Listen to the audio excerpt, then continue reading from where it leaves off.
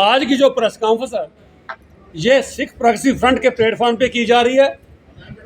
आज से ठीक कम से कम 4 महीने पहले जम्मू की लोकसभा की सीट की पोलिंग से 2 दिन पहले हमने एक प्रेस कॉन्फ्रेंस की थी और मौजूदा सरकार को ये कहा था कि आज हम अपनी कम्युनिटी को ये मना नहीं करेंगे कि किसी पार्टी को वोट दो या ना दो, लेकिन मैं बीजेपी सरकार से, मौजूदा सरकार से ये जरूर कहना चाहूँगा कि अगली असेंबली इलेक्शन की code of conduct model code declare होने से पहले हमारी जो डिमांड्स हैं कम से कम उनको कंसिडर किया जाए, वरना फिर हमें मजबूर होकर अपनी कम्युनिटी को कहना पड़ेगा कि वोट देने से पहले 10 बार सोचिए हम क्यों किसी ऐसी पार्टी को वोट दें जिसने पीछे 9.5 साल रियासत में रूल किया हो। मैं बताना चाहूँगा, मार्च 2015 में जम्मू कश्मीर में पीडीपी और बीजेपी की गवर्नमेंट बनी, तब से लेकर आज तक हमारे अलग अलग डिमांड्स को अलग अलग प्लेटफॉर्म पे उठाया गया, अलग अलग लोगों ने रिप्रेजेंटेशन दी सरकारों को। उसके बाद 7 अगस्त 2020 से यहाँ पर माननीय एलजी साहब का रूल हो गया और ये माना जाए कि पिछले 9.5 साल में बीजेपी का रूल रहा, डायरेक्ट रहा या इनडायरेक्ट रहा, उनका रूल रहा। 9.5 साल में हमारे जो मुद्दे थे बहुत बार जो आपके सामने रखे गए और कम से कम 4 साल, आज 12 दिन हो गए हैं एलजी साहब को जम्मू कश्मीर में आए हुए। और मैं बताना चाहूँगा कि ये एक फाइल मेरे पास जो पड़ी है, ये 4 साल और 12 दिन की जो फाइल अलग अलग लोगों ने जो डेपुटेशन लेके एलजी साहब से मुलाकात की, ये सारी फाइल उसकी है। इतनी बड़ी फाइल जो रिप्रेजेंटेशन एलजी साहब को दी गई, आखिर जो हमारे साथ ये नारा लगाया गया था कि सबका साथ, सबका विश्वास और सबका विकास, तो आज मैं पूछता हूँ 9.5 साल का हिसाब, क्योंकि हमारी कम्युनिटी को हमेशा गुमराह किया गया, चाहे वो कोई भी सरकार आई। मैं यही नहीं कहूँगा इसी सरकार ने किया, पहली सरकारों ने भी हमारे साथ स्टेप बदले ट्रीटमेंट किया। उसके ऊपर यह जो सरकार 9.5 साल से दिल्ली में भी थी इनकी और यहाँ भी थी, उसके बावजूद हमारे साथ ऐसा क्यों हुआ?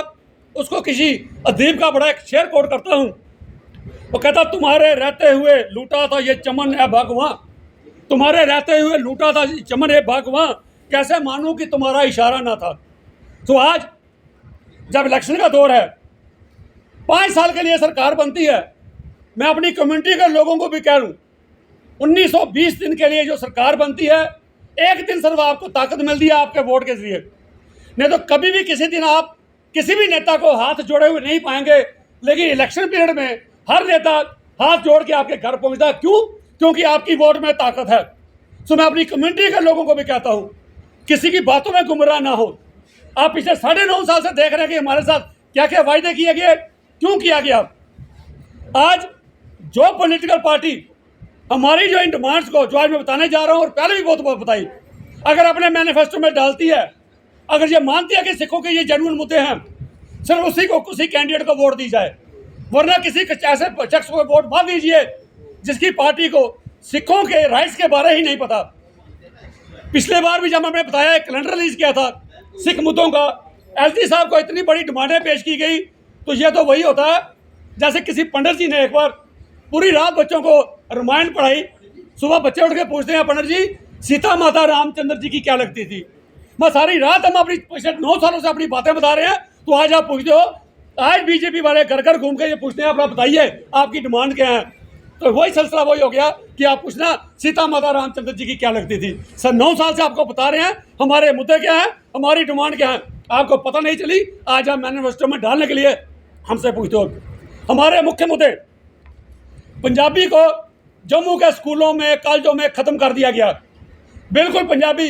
हमारी डिमांड रहेगी, जो ये पार्टी कमिटमेंट करती है कि पंजाबी को प्राइमरी लेवल से लेकर हायर एजुकेशन तक रखेंगे, क्योंकि हायर में आपने रखा, अगर बच्चा प्राइमरी स्कूल में पंजाबी नहीं पढ़ेगा तो कहाँ से बच्चा पढ़ के डायरेक्ट एमए करने के लिए कहाँ से आ जाएगा।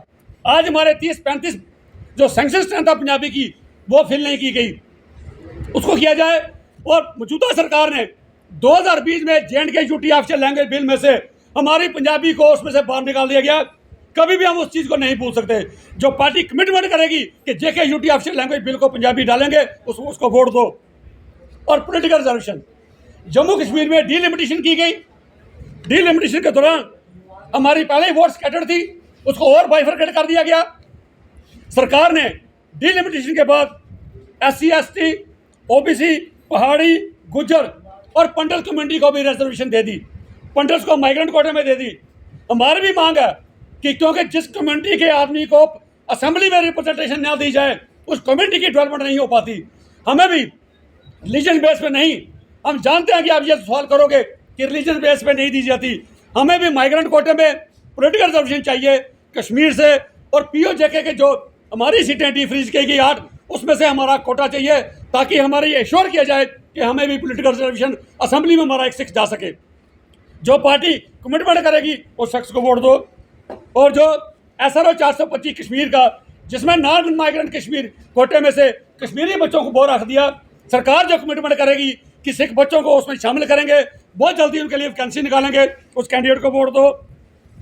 कश्मीर के सिखों को 53,000 सिखों की जो फाइल हमारी पड़ी है, जम्मू के चेयरमैन OBC के उन्हें रिकमेंड करके भेजी है कि उनको भी OBC के दर्जे में डाला जाए, उस बात को सुना जाए और नेशनल माइनॉरिटी कमीशन एक्ट की एस्टेब्लिशमेंट की जाए। चेयरमैन नेशनल माइनॉरिटी कमीशन के लालपुरा साहब ने भी कितनी बार रियासती सरकार को लिखा, LG साहब को लिखा कि माइनॉरिटी कमीशन एक्ट जम्मू में लागू किया जाए, ताकि सिखों को जो माइनॉरिटी के अंदर जो बेनिफिट मिलने वाले हैं वो मिले, लेकिन आज तक नहीं मिले। कल ही हमें एक बात वहाँ से RSपुरा से पता चली, वहाँ मेजॉरिटी जो सिख पार्कर्स हैं IB बॉर्डर इंटरनेशनल बॉर्डर पे रहते हैं, उनको आज तक कोई भी इंटरनेशनल बॉर्डर की कैटेगरी में नहीं रखा गया, उनको वोट नहीं दी गई। तो मैं सब सिख भाइयों से ये अपील करता हूँ कि आप भी बात कीजिए। आज का दिन इसलिए चुना गया क्योंकि आज सारी पार्टियाँ बैठी हैं, BJP वाले भी बैठे हैं, PDP वाले भी बैठे हैं, कांग्रेस वाले भी बैठे हैं और NC वाले भी बैठे हैं।